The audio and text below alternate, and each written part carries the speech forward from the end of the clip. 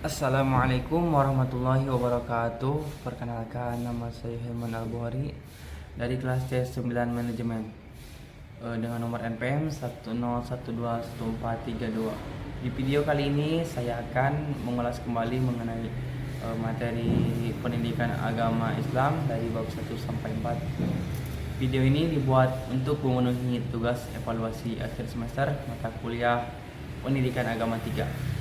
Oke, langsung saja. Yang pertama itu ada at-thariq ila ma'rifatullah atau jalan untuk menuju Allah. Jadi jalan untuk menuju Allah itu bisa ditempuh dengan yang pertama melalui ayat-ayat Allah.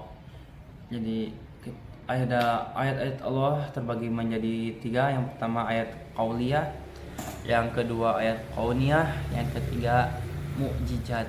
Dan selanjutnya cara mengenal Allah yang selanjutnya ialah dengan bisa mengenai metode Islam. Yang pertama dengan adanya akal dan nakli. Jadi akal itu untuk memikirkan, menggali, menganalisis dan menyimpulkan pelajaran yang ada di ayat tersebut. Sedangkan nakli mengambil dari Al-Quran seperti itu. Yang kedua ada dengan adanya tasdik. Jadi tasdik itu membenarkan. Tasdik sendiri penggabungan antara akal dan nakli sehingga menyebabkan tasdik. Jadi kita sudah menggali, mempelajari dan mengambil dari ayat-ayat Al-Quran, nah maka kita timbullah suatu kebenaran, jadi membenarkan. Selanjutnya dengan iman. Nah, jadi kita akan mengimani dengan adanya Allah, karena iman sendiri percaya pada hati, diucapkan dengan lisan dan diamalkan dengan perbuatan. Yang selanjutnya jalan untuk mengenal Allah dengan menggunakan metode selain Islam. Yang pertama itu ada dengan zon atau zugaan. Zon sendiri, dan ingatlah ketika kamu berkata, hai Musa, kami tidak akan beriman kepadamu sebelum kami melihat Allah dengan terang. Karena itu kamu disambar halilintar selain kamu menyaksikannya. Jadi kalau orang-orang yang ini itu biasanya dengan menggunakan zon atau perasakannya seperti itu. Selanjutnya ragu-ragu. Nah, biasanya karena jalan yang ditempuh salah, maka hasilnya akan jadi ragu-ragu. Jadi orang itu tidak akan beriman, tapi dia akan selalu ingkar terhadap Allah. Selanjutnya ada dengan metode selain Islam, ya ialah kufur. Jadi orang tersebut akan mengingkari adanya kebenaran Allah seperti itu. Yang selanjutnya ialah dengan hambatan atau penghalang untuk mengenal Allah atau al-mawani fi ma'rifatullah. Penghalang mengenal Allah sendiri ada 2. Yang pertama karena adanya penyakit syahwat atau maradus syahwat. Yang kedua karena adanya penyakit syubhat atau penyakit keraguan-raguan. Nah, oke, yang pertama sifat yang berasal dari penyakit syahwat. Sifat yang berasal dari penyakit syahwat sendiri, yang pertama itu ada fasik. Fasik berarti orang yang keluar dari jalan Allah. Jadi orang fasik sudah melakukan dosa besar karena dia tidak peduli lagi terhadap Allah. Yang selanjutnya adanya takabur. Takabur artinya sombong. Jadi dia itu membanggakan dirinya.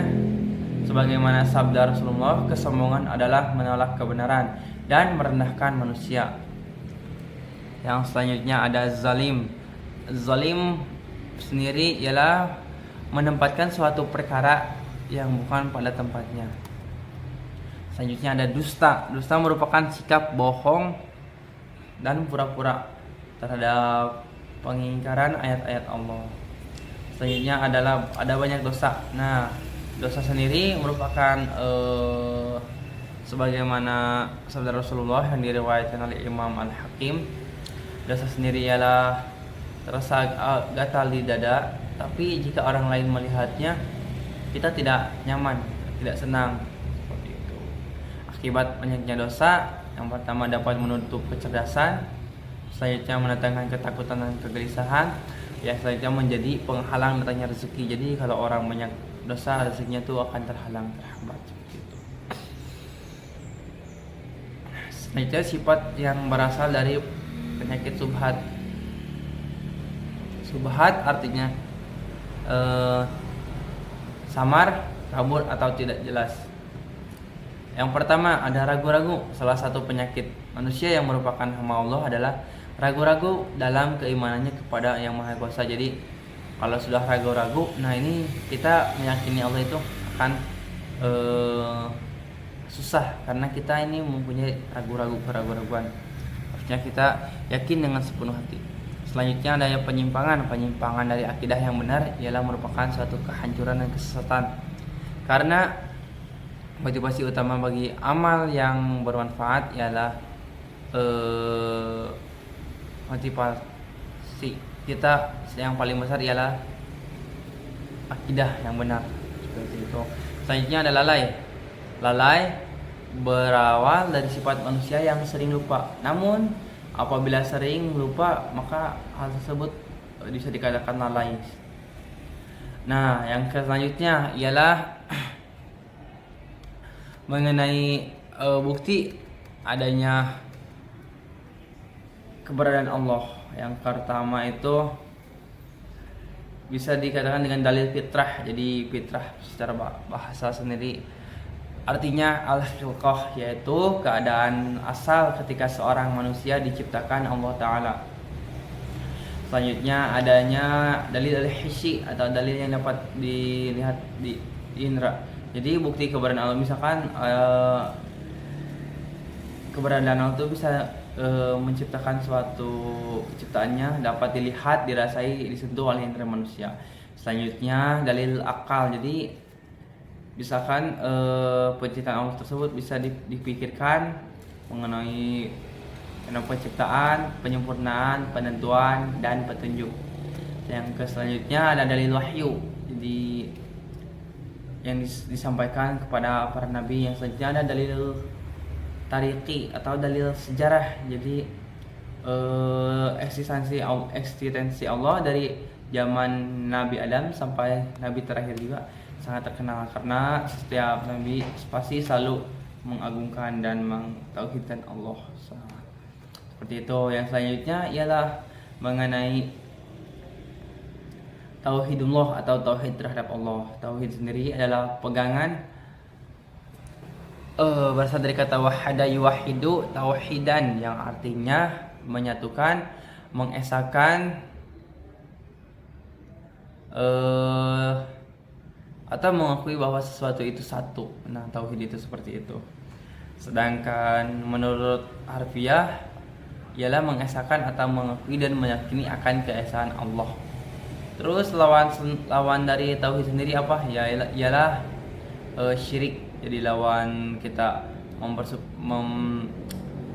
mentauhidkan Allah ialah syirik.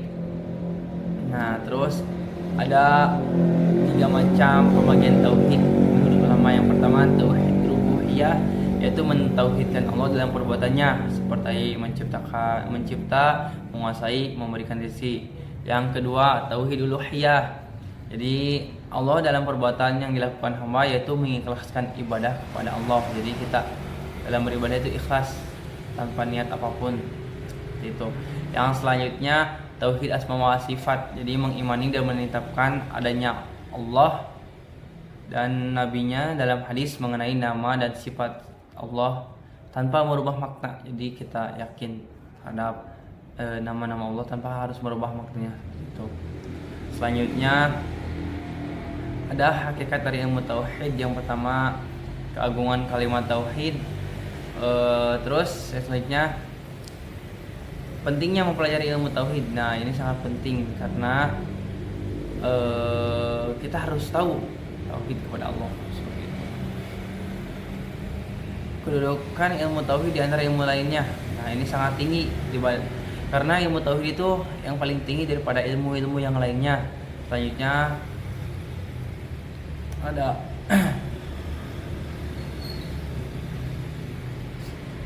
mungkin itu saja yang dapat saya sampaikan untuk ulasan materi kali ini. Kurang lebihnya mohon dimaafkan. Mohon maaf apabila ada salah-salah kata dari saya. Akhirul kalam. Assalamualaikum warahmatullahi wabarakatuh.